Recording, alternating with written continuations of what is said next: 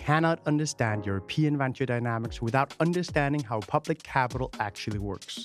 Michiel Scheffer, president of the European Innovation Council Board, sits at that intersection, where public funding, venture capital, and industrial scale meet.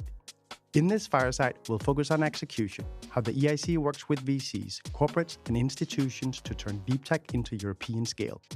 Please welcome Michiel Scheffer in conversation with myself, Andreas Munk, co-founder of EUVC. Michiel, let's just make it clear to everyone. Talk a bit about what you've done with the EIC, how many companies you've helped fund from the early get-go, the focus on deep tech, the momentum that has gotten started, all because, honestly, of the EIC. Well, the EIC itself is a startup. Well, we started only 6 years ago. But in 6 years, we had a difficult start, to be frank, like the ERC 20 years ago. But we have funded by now 742 companies, so it's a big size. We have about 115 trusted investors, so regular investors that co-invest with us. With a multiplier for each euro public money we put in, we get 3.5, well, we don't. Our 742 companies get 3.5 times private capital. So we also, let's say, helping the private market to deepen, to grow. And that has led, as most recently, it was also announced in Davos last week, the next step is also to develop a scale-up fund. So where basically pension funds can co-invest with us in, let's say, the more, let's say, Series BC scaling up startup companies. I got to ask you this question. Why do we need a public actor to act both, of course, at the early stage? I think most people can understand that. But why at the growth stage? Why can we not solve this with private capital? Well, there are different reasons for it. One is enough an argument like a market failure. The private market has not done it. That's one argument. The second one is we are in an age of transition. We are moving from a set of technologies to another set of technologies, so the risks are substantially higher, and a public intervention helps to speed up the transition. It's not novel. I always tell people my grandfather in 1948 got Marshall aid, and that enabled his factory to move from 1920s technology to 1950s technology. So there's a history of doing that, and also what is important, that public funders have patience. My grandfather paid the loans back 17 years later. And we also in for the long term. There are some people that use the analogy of the way that we fund early stage venture in Europe with public money and grant systems and many different schemes as a bit of a race car that's driving in sand. With that, they mean we use a lot of money, a lot of resources, but unfortunately, it does not move as quick as we would want it to. Can you comment on that critique? Can you say whether you think it's fair? And can you say, how can we overcome it? Well, the analogy of the car and the sand is a tough one. I would remember everyone that Draghi made a report a year and a half ago, and he said we need 800 billion euros a year for all those transitions. We supply 10. So 1/80th of what is needed. So I don't think the perversion of market disruption by us is tremendously high. What I see, and it's an important element for us, is that we are able to bring in private capital joining us. While we do have a good track record with the 1 to 3 ratio of funding to EIC-backed companies, there's another ratio that might be less nice.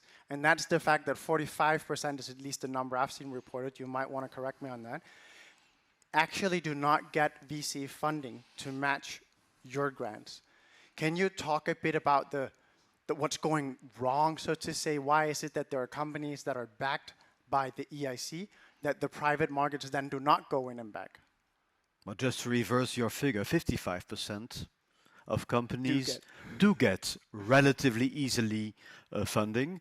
And also another dramatic one, 10% or 15% of our companies do not get funding at all. Not private, and then also not ours. There are two reasons for it. One is that we still have a lot of European countries, not in the Northwest, but we still have a lot of European countries without a properly functioning VC system. Romania was mentioned, Portugal's also difficult, Greece is difficult, Slovenia is difficult. And so these are countries much less when we talk about verticals. yeah, Because it's one thing that, because we can all, I think, agree that the SaaS market in Portugal is quite well developed. yeah. But when you're looking to deep tech, It's tougher. it's a Yeah. different situation. Yeah. So one reason is geographically. The second one is that let's say the companies have to learn how to deal with VCs. So they have also to be selective, to go to the right ones. So often it takes long because they start in a wrong way. So we also train them to do the right ones. And also because the European market is fragmented, the syndication process takes quite long. That's also why we have created this trusted investor network to make, let's say, faster connections. And maybe that's also an important term. You're also the symbol of that. We need to build a European ecosystem for startups, of financiers, of corporates that want to work with them. So that's, let's say, geographically more challenging than doing that within Göteborg or within the east of the Netherlands. If I can make a comment, it's a politically charged one, or at least dangerous one, and I'd love to hear your take on it. I've been a politician, so I'm used to that. Yeah. So my comment, and I don't even know how to phrase it as a question, but my comment is that being good in tech and in tech investing is almost equal to having a strong network and knowing how to put that to work. If we transfer that to the public side, that's called nepotism. It works incredibly well when it comes to venture because we have trusted relationships that, you're in, I'm in as well. I don't even think twice. That dynamic is incredibly effective, but it's very hard to mimic and keep up with if you're running a public program. Have you ever thought about that? Well, I think having a system that is not sensitive to nepotism is a benefit. But on the other hand, I mean, I have one experience. I was a regional minister. A company that was with us on the blacklist succeeded in the EIC. And I would have said, oh, you shouldn't have done that. So there's no interaction. That's also a benefit, that if you fail in funding at a national level, you can still go on a European level. It happens. What is also important is that sometimes you have those implicit things. For example, there was an interview week last week, and we require 3 people to come for the interview. So you come with a CEO, a CTO, and a CMO, a CFO.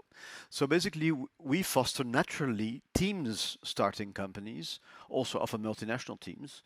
So that also reduces the risk of nepotism. Let me ask you a final question. And this is actually more of an opportunity, I would say, because I'd love for you to talk a bit about the Scale Up Fund and the initiative and what you're trying to tackle there and the progress on that initiative. Well, it has been launched officially already some months ago. It was, let's say, more prestige launched last week in Davos. The current situation is that we have around 3 billion euros committed. What is interesting is that we have large funds committing, and basically what they look for, mainly the Scandinavians and the Dutch, I would say, they can do their own countries. But we have a deal flow of now, since Friday, more than 800 companies. So we can offer a Swedish fund or a Danish fund or a Dutch fund a European deal flow, which is too expensive to manage as a pension fund.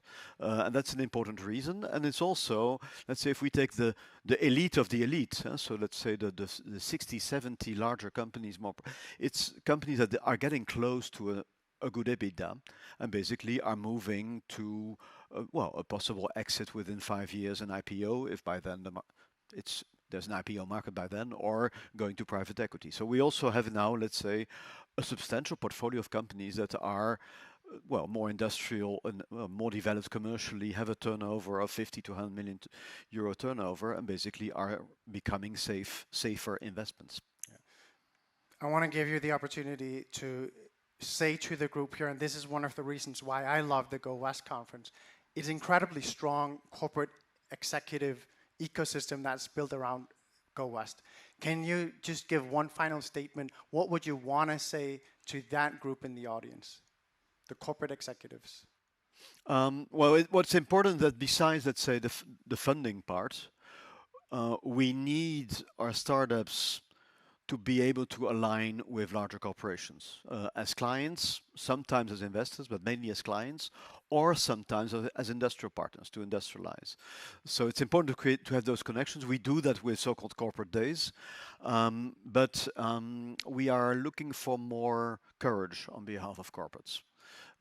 And also, I had a wonderful visit yesterday to one of the companies here in Göteborg. It also requires of companies to be prepared to work with startups, to have a structure of doing that, to organize alignment of the top, the innovation part, and the business units. And also one of the initiatives we have announced is we are going to create a European corporate network of all the companies. We have about 90 now that have worked with our program.